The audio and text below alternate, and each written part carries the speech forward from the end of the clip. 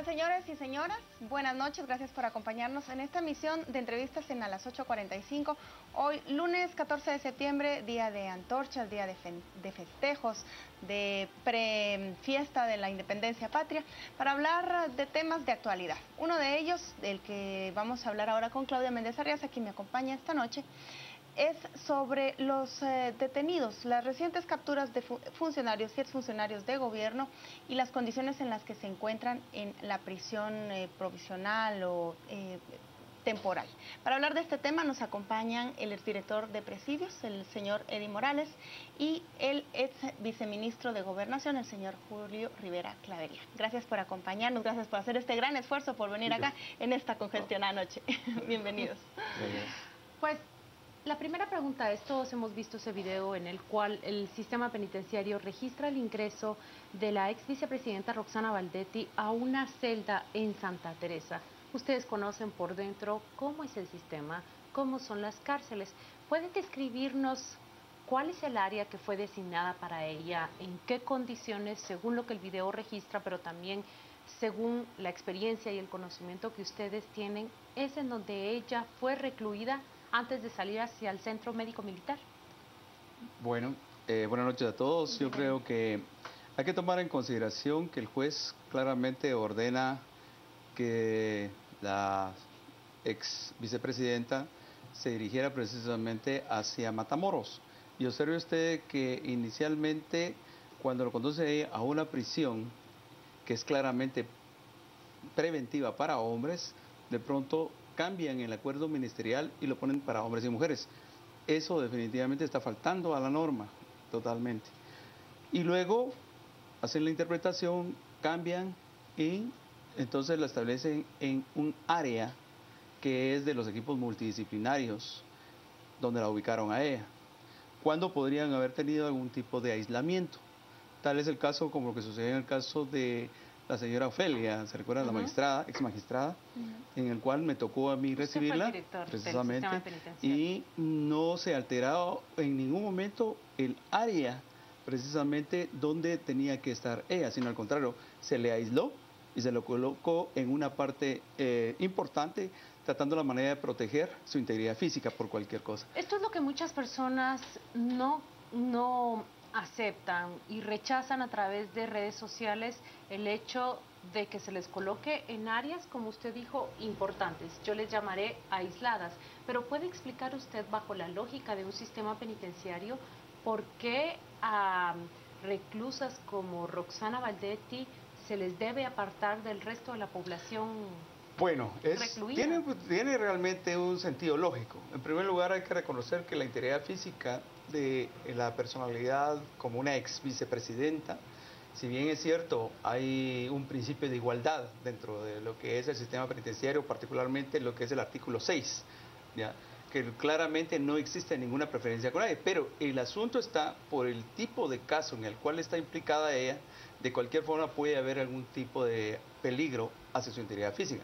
Entonces se le tenía que colocar en un área especial, pero especial, ojo, no estoy diciendo VIP, sino estoy diciendo de tipo de aislamiento. Y es ahí donde le condicionan un área que es donde se encuentran los equipos multidisciplinarios, y ahí ahí se queda ella privada de su libertad.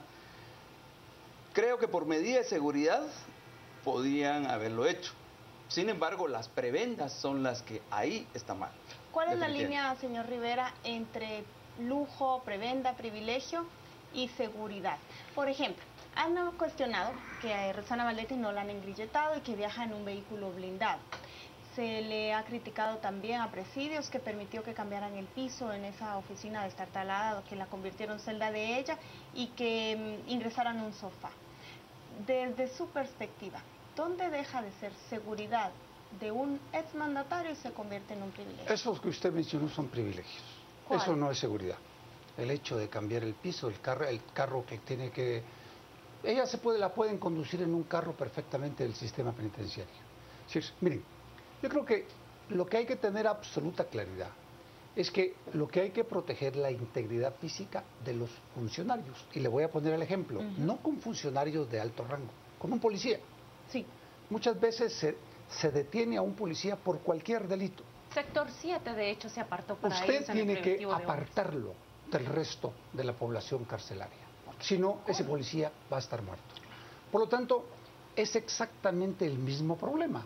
Usted tiene hoy un expresidente y una ex vicepresidenta y otros funcionarios de gobierno que fueron capturados por el caso La Línea, pero tiene que entender que el hecho de haber sido funcionarios los pone en un riesgo mayor que a cualquier otro de las personas que han sido detenidos por delitos comunes o delitos de alto impacto.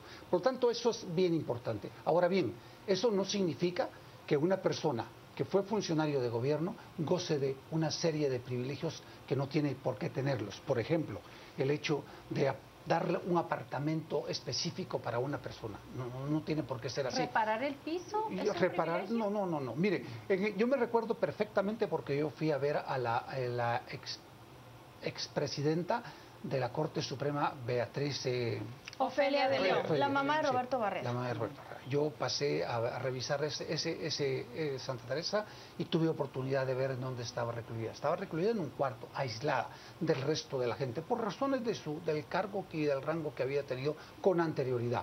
Pero eso es fundamental que la población lo entienda, porque aquí el problema no es un problema de lo que yo quiero, es un problema legal. Y la resolución del juez dice que hay que brindarle seguridad, y la propia Constitución en el artículo 2 y en los artículos que se refieren al tema del sistema penitenciario lo plantean exactamente. Por lo tanto, los privilegios sí no pueden sucederse, y en todo caso hay que deducirle responsabilidades desde el ministro hasta el director del sistema penitenciario. Absolutamente. Así es. Porque él mismo está faltando a la norma. ¿Y qué pasa, por ejemplo? Déjeme seguir con la pregunta que hace Paola. ¿Es privilegio o necesidad? ¿Qué pasa si esa persona que ingresa al sistema penitenciario, de cuyas carencias y precariedades estamos todos enterados, necesita, por ejemplo, una cama porque no la hay allí? Necesita, por ejemplo, cubrir las ventanas porque, si es posible que producción coloque nuevamente ese video, veremos que el ventanal está roto o cubierto con madera. ¿Qué pasa cuando las instalaciones a donde llegó la persona son precarias y necesitan este tipo de reparaciones? ¿Quién debe hacerlas? ¿Debe ella solicitar? ¿Cómo comprendemos ese procedimiento? Es que es responsabilidad totalmente del director general del sistema penitenciario, y de hecho no solo brindar y proteger seguridad a la integridad física, sino que también hay que comprender que cualquier tipo de acondicionamiento o reparación que se necesite tiene que ahí hacerlo. vemos el lado derecho, se ve justamente las ventanas tapadas con plywood, parece ser plywood. Miren, ahí está. Vean, yo creo que el objetivo principal, de acuerdo con la Constitución y la ley, es protegerla, y protegerla en su integridad, en su salud y en su vida, desde luego. Yo me recuerdo al caso de Alfonso Portillo, para ser más exacto. Yo fui a ver a Alfonso Portillo porque me tocó que recorrer esa área también como viceministro. Y Alfonso lo tenían en un pedacito así, sin ninguna comodidad, más que su cama, una mesita y sus libros. Por lo tanto, él estaba con las condiciones mínimas. Un expresidente. Lo único es que estaba, pues, más o menos aislado. Por lo tanto, yo creo que lo importante aquí es, lo que debe prevalecer es que se entienda que hay que protegerla de que no le suceda absolutamente nada. Pero le pregunto algo, y también va para nosotras mismas la pregunta: ¿por qué nos estamos interesando tanto en Valdetti y no hemos indagado más en qué condiciones está Otto Pérez Molina? Sabemos que está en el cuartel militar, pero no hay imágenes de en qué condiciones está. En esta ocasión no se han filtrado, y tampoco hay mucha demanda de la gente que esté en la condición en la que sí se exige y amerita pedir que esté Valdetti. ¿Cómo debería, según usted, estar el presidente de la República encarcelado en Matamoros? En la misma manera en que estuvo Alfonso Portillo. Así es. Pero es correcto. Ahí no tiene que haber ningún tipo, insisto, de preferencia. Simple y sencillamente debe aplicarse el artículo 6, la igualdad. Y desde ese primer momento, si bien es cierto, está protegido porque es su integridad física la que se tiene que resguardar, pero tampoco con algún tipo de prebendas o privilegios, sino que debe de tenerse mucho cuidado de que no le va a suceder absolutamente nada. Porque si no, de lo contrario, estaríamos pensando que todos los privados de libertad deberían de estar en las mismas condiciones, pero deben de entender toda la población que son casos sui generis, si usted lo quiere decir. Mi conclusión, ¿sabe cuál es mi conclusión mientras los escucho hablar y vemos ese video? Es que el sistema penitenciario está preparado para recibir más prisioneros hombres de este tipo que prisioneras mujeres de este tipo. Por eso se ve que a ella tratan de recluirla en un lugar distinto, y al tratar de recluirla en un lugar distinto, ese lugar no está acondicionado para recibir a X persona. Así es. Pero mire, Claudia, yo quiero dejar constancia y claridad en algo. Yo entiendo la indignación del pueblo de Guatemala, pero lo que en la trampa que uno no puede caer es creer que tratándola como basura y tratándola mal, no cumpliendo con lo que establece la Constitución y la ley del país, esto cambia. No es cierto. Aquí lo que hay que hacer es entender que ella está sujeta a un proceso penal y que hay que cumplir y respetar la ley. Y eso es la obligación del sistema penitenciario y la obligación del Ministerio de Gobernación. Me gustaría escuchar su opinión, señor Morales, de lo que sucedió en el fin de semana de la hospitalización de Roxana Valdetti. Lo que sabemos es que a ella la llevan al centro médico militar, sus custodios pierden contacto con ella, por alguna razón no la pueden vigilar de cerca. El informe del INASIF que se empieza a circular, entiendo yo que esta misma noche ha dictaminado que ella necesita suministro de antibiótico intravenoso, que amerita que se quede por lo menos un día más, que tiene un riesgo de infección por el catéter y también un riesgo de infección urinaria. Pero más allá de eso, los custodios perdieron contacto con ella. Y ella llegó al hospital y se sometió a un procedimiento sin el aval del INASIF. ¿Cómo pueden pasar estas cosas? Sí, definitivamente ahí está tan observado. Las normas están violadas, porque en ningún momento el sistema penitenciario, a través de custodios, debe perder la custodia de una privada de libertad, como es el caso de la señora Valdetti. En ningún momento. Y peor aún, parece, si no estoy equivocado, parece que le entregan la custodia a elementos del ejército, sí, para resguardarla. Entonces, acá se están violando no solo una norma jurídica, sino la misma ley del régimen penitenciario. El artículo 8, precisamente en cuando se refiere al control judicial y administrativo del privado de libertad, está totalmente al sistema penitenciario. Pero yo quisiera en coordinación, eso sí, con el juez de ejecución. Déjeme preguntar algo, porque nosotros tenemos la dicha de tener acá a dos personas que han estado en esos puestos, pero también déjenme aclarar que han sido invitados para este programa, pero no asistieron porque no se logró comunicación o porque bien no delegaron a una persona que pudiera llegar. La propia ministra de Gobernación, Eunice Mendizábal, así como el director del sistema penitenciario. Mi pregunta es, ¿quién tiene la responsabilidad? ¿Cómo es la cadena de mando? ¿Realmente esa ministra está consciente de lo que está sucediendo con la recluida Roxana Valdetti? ¿Tiene la ministra la información y el control de dónde se encuentra el expresidente Otto Pérez Molina? ¿Cómo funciona esa comunicación entre el director del sistema penitenciario, que usted lo ocupó, y Ministerio de Gobernación? Es fluida, directa, siempre. Pero yo quiero regresar al tema anterior. Mire, efectivamente se perdió el control por parte de los custodios, pero aquí lo que hay que revisar e investigar es si los custodios no recibieron la orden de que se dejaran. Porque es muy fácil procesar a los custodios porque son el eslabón más chiquitito de toda la cadena. ¿Y si un coronel dice, usted es para afuera?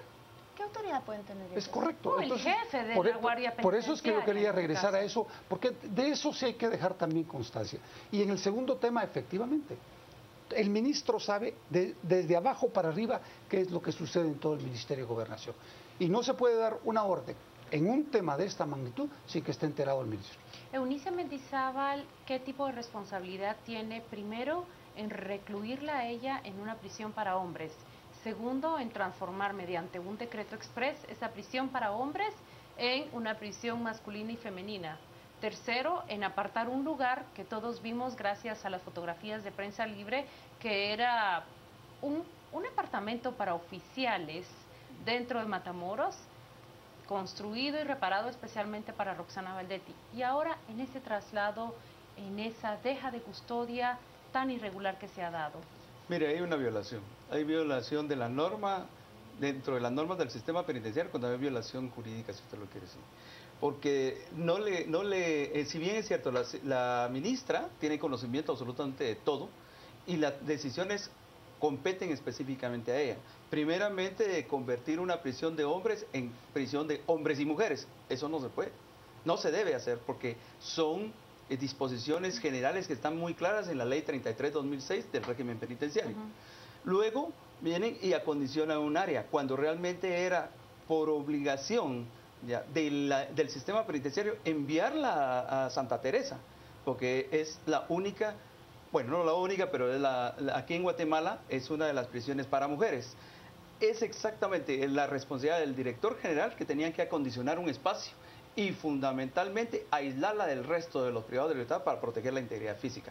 Y espacios en Santa Teresa hay, definitivamente. Ahora, la diferencia es dónde la tenían que colocar. Entonces, por procedimiento normal, se tenía que acatar las disposiciones del juez Gálvez e inmediatamente enviarlas a Santa Teresa y acondicionar inmediatamente un área específicamente para ella. No importa lo que están haciendo en este caso el Centro de Detención Santa Teresa, ahí en el área de los equipos multidisciplinarios. Enfermería, pero lo importante es que estuviera precisamente ahí, en el centro de detención, nunca en una prisión de Matamoros. Hemos hablado de lo que debería ser. La realidad es que Roxana Valdetti está teniendo privilegios y presumible Otto Pérez Molina también goza de ciertas prebendas en el cuartel militar. No lo sabemos exactamente.